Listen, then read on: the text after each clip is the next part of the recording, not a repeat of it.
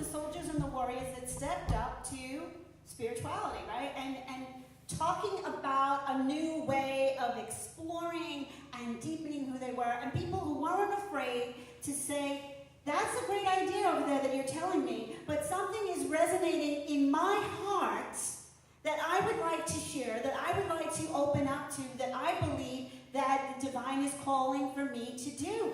And that takes a lot of courage too. And a lot of times that is stepping up into the firing squad. It might be not, and for some of them it was, right? There are many of the founders of our spiritual and religious pathways that have experienced persecution, crucifixion, and even death, right? So to remember the fact that they have been those who have stepped up, trying to walk their path in peace and light, and helping all of us to be uplifted.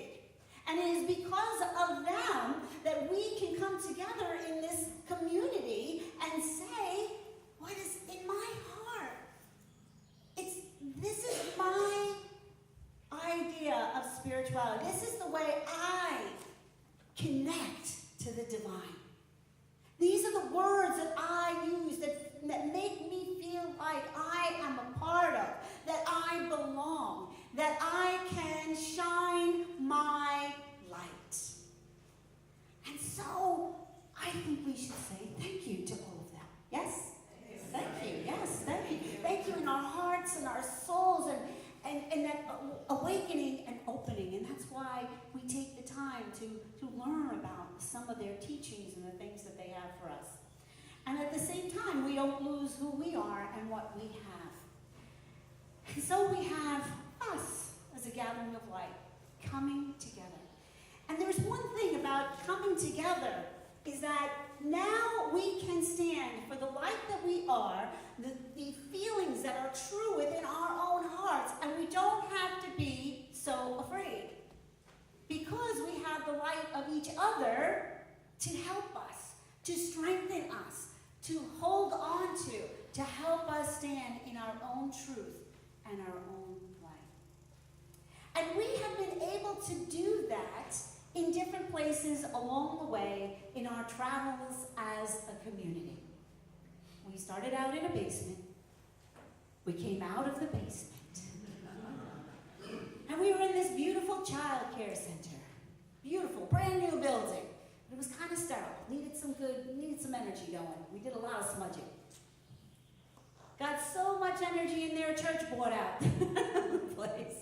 And we had to move. We went to another church. This church wouldn't leave us. Now, we've never been in a sanctuary before. Right? We were only in rooms. This other church, we were in their auditorium. We transformed that auditorium into a worship space. Then we had to leave that space because our idea of salvation wasn't true to their idea of salvation. But that's okay. That's okay. It's different.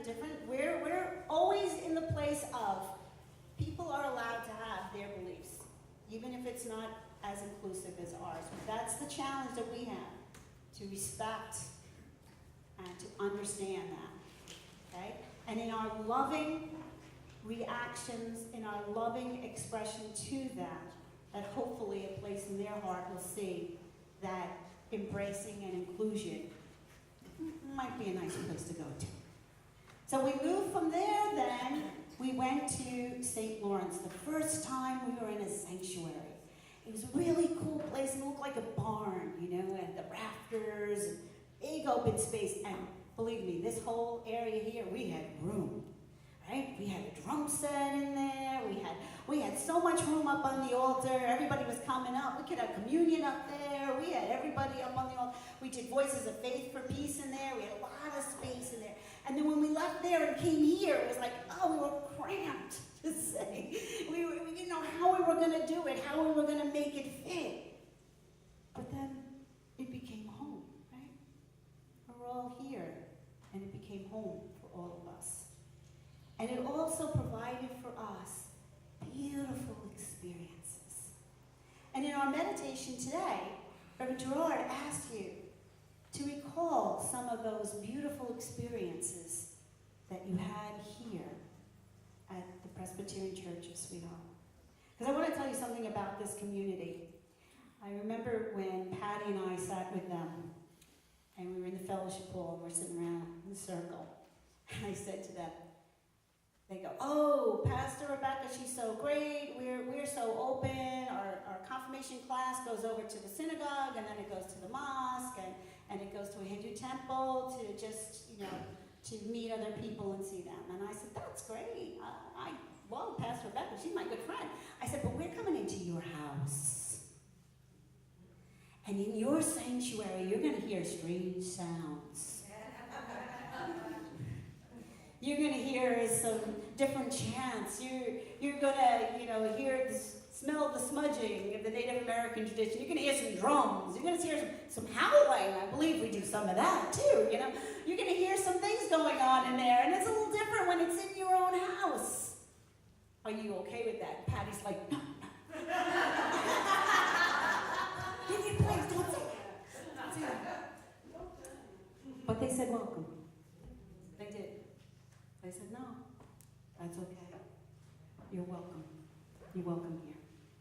And that's beautiful to see when we put it all out there. So this day, remember to put it all out there, that it's okay, that it will be welcomed. When it's the right time and the right place.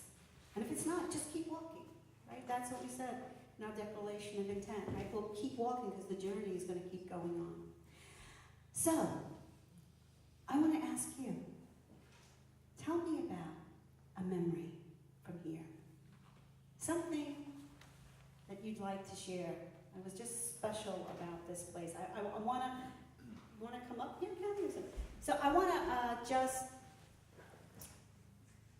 put one out there that for me, because in this place, when we were able to do the meditation walk out to the tree, and we all went around the tree, and God bless Melissa, caught it all on tape. So you can go back on Facebook and look it up, but it was a beautiful, beautiful time around the tree and the blessing of the earth and making that connection and doing that. So I'm going to pass one over for Cammie. Anybody else? Come up if you want to share a story. One of my best memories of this place, as far as even just the grounds and stuff, was when we were having one of our wellness expos. And my very sweetest friend that read cards and stuff was really down for coming down here and doing readings for us. And I felt so honored to introduce her to all my peeps, because she had never met any of you, but had heard stories upon stories. And she surrounded herself with spiritual people, but there was something about the people that were here that she made reference to, understanding why I really loved JoAnn. And unknowingly, I hugged her for the last time under that tree right over there. And that tree's become like a symbol for me. I'm going to miss it, actually. But that's one of the highlights of, because my family don't really represent with me about anything, This was like my heart and family since I was about 18.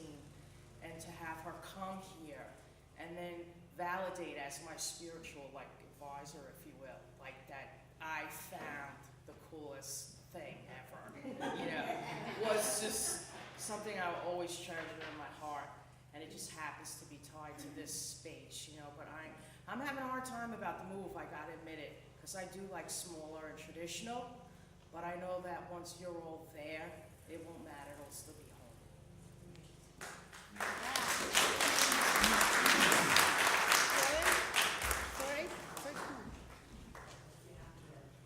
We're doing it this way so that other people won't feel like they're being filmed, so the people that are sharing.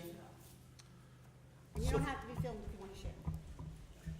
So for me, there was no other place for gathering of life. This is the first place that I came to. It's been, 3.5 years, 4 years, whatever it's been now. And I had always been looking for a place where I could have a community. Okay? I always felt God in my heart, felt very connected to Spirit, but I didn't have other people that I could really reflect with, who could mirror back to me the parts of my soul that meant so much to me. And when I came here, I saw this community and all of you. And I found myself, found a part of myself.